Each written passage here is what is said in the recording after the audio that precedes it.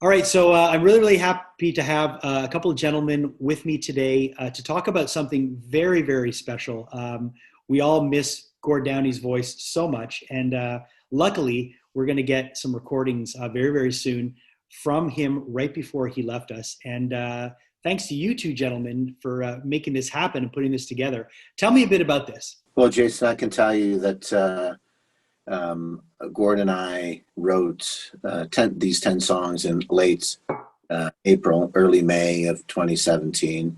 Went up to the Bathhouse recording studio, which is a Tragically Hip studio, in July, and recorded them with Niall Spencer, who was house engineer and manager of the Bathhouse, and someone that Gord had worked with on his previous 2 solo records, Introduce Yourself and Secret Path, and the last Tragically Hip record as well, Man Machine Poem. And after he had written these songs, he said, what do you think of going up to Bath and working with Niles? And that was how that came to be. What was it like to be writing these songs with Gord at this point in his life? It must have been a really emotional moment.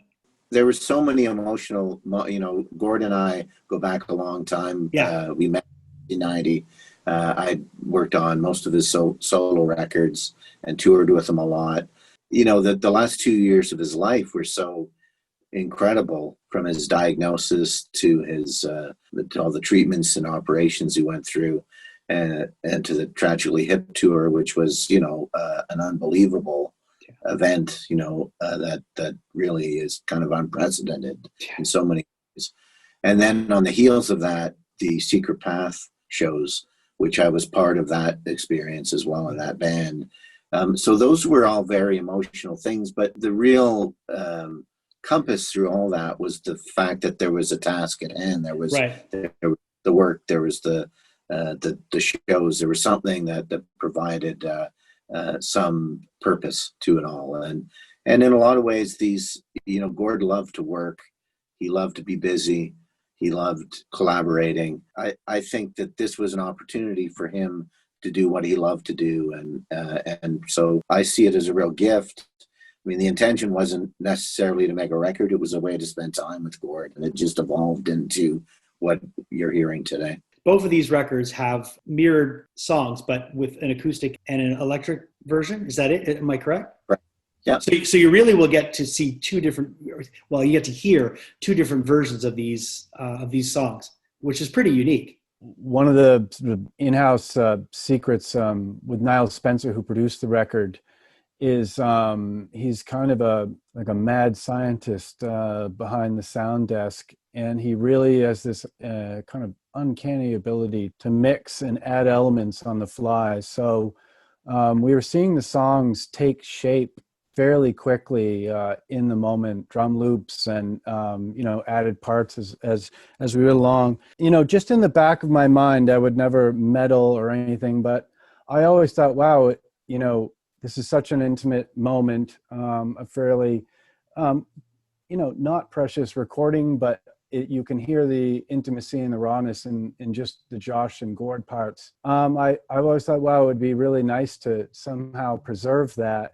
And really it happened by accident, because Josh, unbeknownst to my feelings, wanted to just hear those recordings, those mixes of just him and Gord. So Niles dubbed down those versions, and the more we listened to them, the more we realized it just we had two different records here, but basically the same raw material. And we thought it was just kind of a really great, almost like an art project or something, a way you can just see the process and just what a song can do, what a song can become. And that's, kind of applies to a lot of Gord material. It just, it's here and it can go anywhere. Go in a lot of different directions. And I think it's nice when a listener can actually get a bit of insight as to how a song is constructed by having a stripped down version and then having something that might be a bit more polished or a bit more to it. So it's very unique and it's really cool. People really being obsessed with those stripped down acoustic versions in the 90s, when 90s bands would do those, MTV Unplugged. All of a sudden people would be like, wow, these bands have more to them than that. So I always like when you can dive into the acoustic side and you can get the electric side, because it just shows sometimes how a song can be stripped down and can be just as powerful. Mm-hmm. Mm-hmm. Cool. Yeah. And I know this is probably something that's been said over and over again, but you guys must really, really miss Gord. I work at Show'em in Montreal. We've been a supporter of Tragically Hip Mm-hmm. ever since the beginning.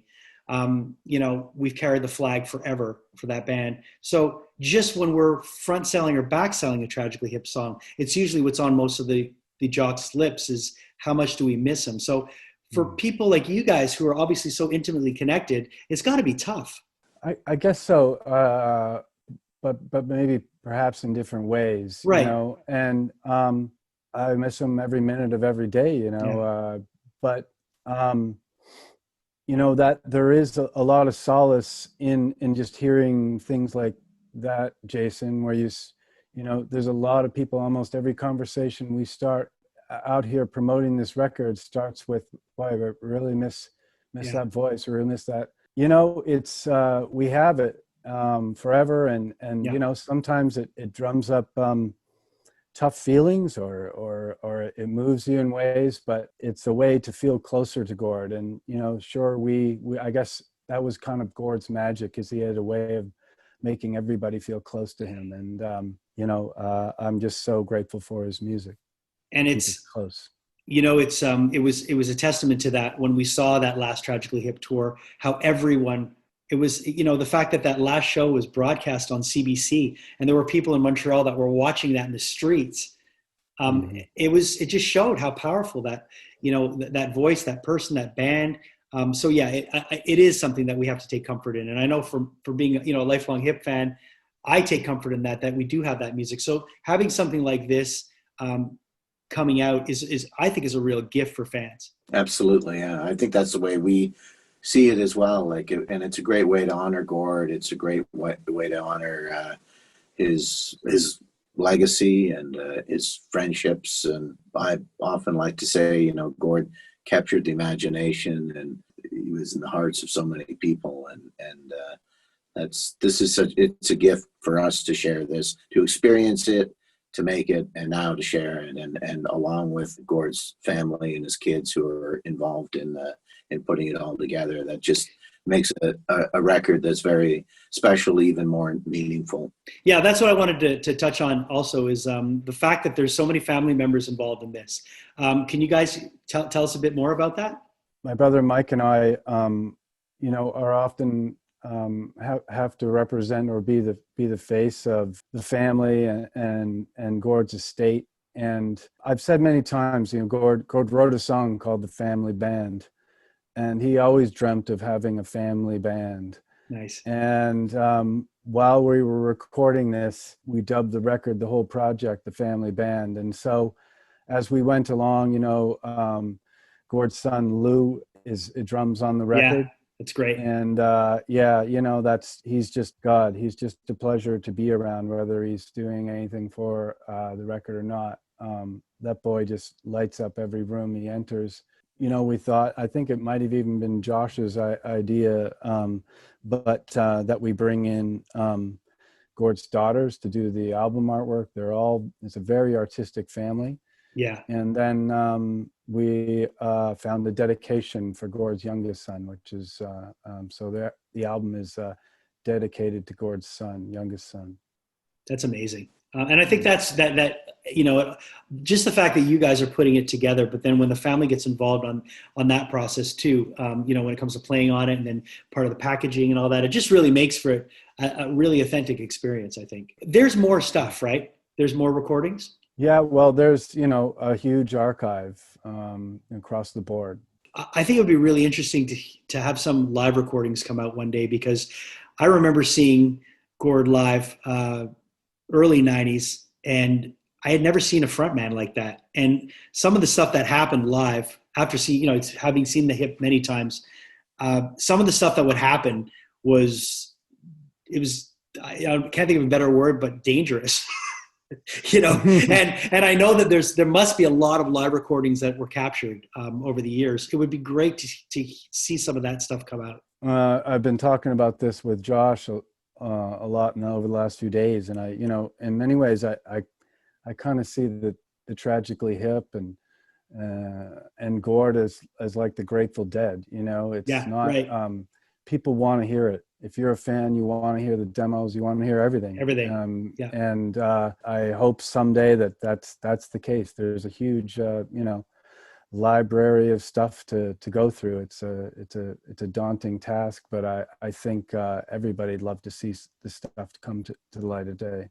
Guys, I really want to thank you for taking the time. I'm really grateful that this is coming out, and I think that people are going to be really, really happy when they finally get to hear this whole thing, because it's a gift. It truly is a gift. When you have a voice like that, and there's still stuff that can be uncovered, you realize how precious it is, because at one point we're not going to get new stuff again. So it's really, really nice that so much detail was put into putting this together. And you can feel it when I talk to you guys that you guys are proud of this. So thank you. Thank you very much, Jason.